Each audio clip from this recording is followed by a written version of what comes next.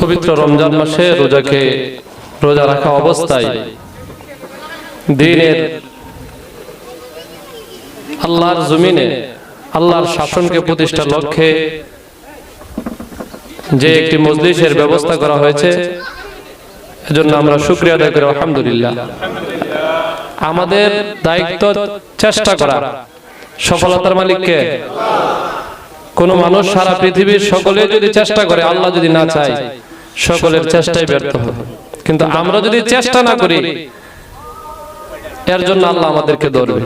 এজন্য এই কোরআন শুধু হুজুরদের জন্য না, এই শান্তির ধর্ম ইসলাম শুধু মুসলমানদের জন্য না, গোটা মানব জাতি যতদিন পর্যন্ত এই কোরআনের শাসনকে না মানবে, ততদিন পর্যন্ত সে শান্তি বা সুখের সন্ধান পাবে না। কোটি টাকার স্বর্ণের পাত্রের মধ্যে একটা নদীর নোংরা পানি থেকে মাছ তুলে এনে রাখলে যেমন সে শান্তি পাবে না, ছটফট করতে করতে মারা যাবে। আল্লাহর বিধানের বাহিরে গিয়ে মানব জাতি যদি টাকার অট্টালিকা গঠন করে, টাকার পাহাড় জমায়, তারপরও সে শান্তির জীবন পাবে না, যতক্ষণ পর্যন্ত মানব জাতি আল্লাহর হুকুমের অনুগত না হবে। এজন্য আমরা যদি আল্লাহর হুকুম মানি, তাহলে এর দ্বারা আমাদের দুনিয়া এবং পরকালের জীবন উন্নত হবে, এবং দুনিয়া এবং আখিরাতের নিরাপত্তা হবে, আখিরাতের জাহান্নাম থেকে মুক্তির গ্যারান্টি হবে, দুনিয়াতে নিরাপত্তা এবং শান্তির গ্যারান্টি আসবে।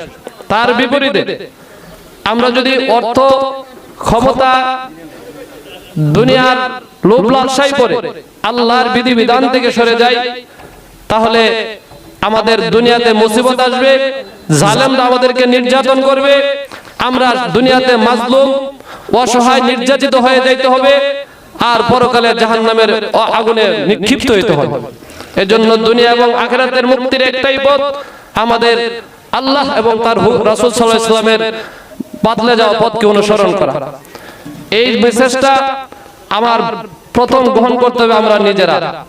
আমরা যখন ব্যক্তি জীবনে যখন আমরা এই ইসলামকে চর্চা করে কোরআন সুন্নাহ মোতাবেক জিন্দেগি গঠন করে আমরা যখন সেই শান্তির কিছু বাতাস পাবো, তখন আমি আরেকজন অশান্ত মানুষকে শান্তির বার্তা পৌঁছানো সহজ হবে। এজন্য প্রথম পদক্ষেপ আমরা গ্রহণ করব যে কু আনফুসাকুম ওয়া আহলিকুম নার, তোমরা নিজেকে জাহান্নাম থেকে বাঁচাও। আমরা যদি পুরোপুরি ইসলামের অনুসরণ না করি, তাহলে আমরা রাষ্ট্রীয়ভাবে ইসলাম কে পালন করবে?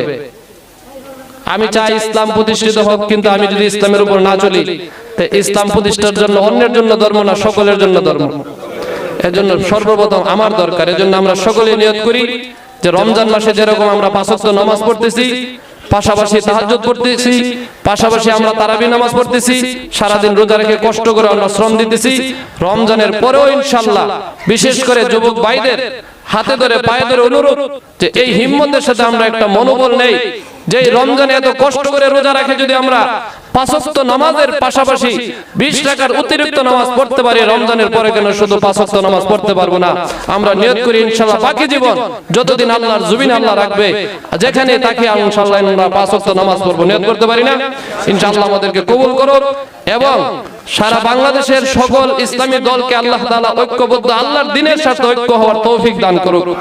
তারা যদি ঐক্য হয়, তাহলে মুসলিম জাতি অপেক্ষা করতেছে। এজন্যই শুধু ভোটের বাক্সের মধ্যে আজকে মুসলিমদের পক্ষে ভোট আসে না, মুসলমান হয়ে দেয় না, হুজুরদেরকে দিলে কি লাভ হবে? এরা তো ফাঁস করতো না। কারণ একটা আসে এই ভাগার দিকে, আরেকটা আসে তারিবল্লার দিকে, আরেকটা বট গাছ দিকে, এখন সব মিলে সেটা 0-0। আর সকলে যদি ঐক্যবদ্ধ আসে, সকলের মধ্যে একটা আনন্দ আসবে, উৎসাহ আসবে। সারা জীবন তো ভোট দিয়েছি কত জায়গায়, এবছর আলেম ওলামার ঐক্য হয়েছে, তাদেরকে আমরা একটা ভোট দিয়ে দিই, সে নিজের দিকে আবেগ আসবে। এজন্য আল্লাহ তাআলা যেন আমাদের সকল ইসলামী দলগুলিকে ইসলামের স্বার্থে আল্লাহর দ্বীনকে আল্লাহর জমিনে প্রতিষ্ঠার জন্য ওয়াতাসিমু বিহাবলিল্লাহি জামিআর যে নির্দেশ দিয়েছেন, সেই নির্দেশের দিকে লক্ষ্য করে যেন ঐক্যমত পোষণ করতে পারি। আল্লাহ তাআলা আমাদের সকলকে সেই তৌফিক দান করুন, এবং সর্ব অবস্থায় ইসলামের যে কোনো পরিস্থিতিতে ইসলামের পক্ষে থাকার তৌফিক দান করুক। সকলে বলেন আমিন। ওয়া আখির দাওয়ানা।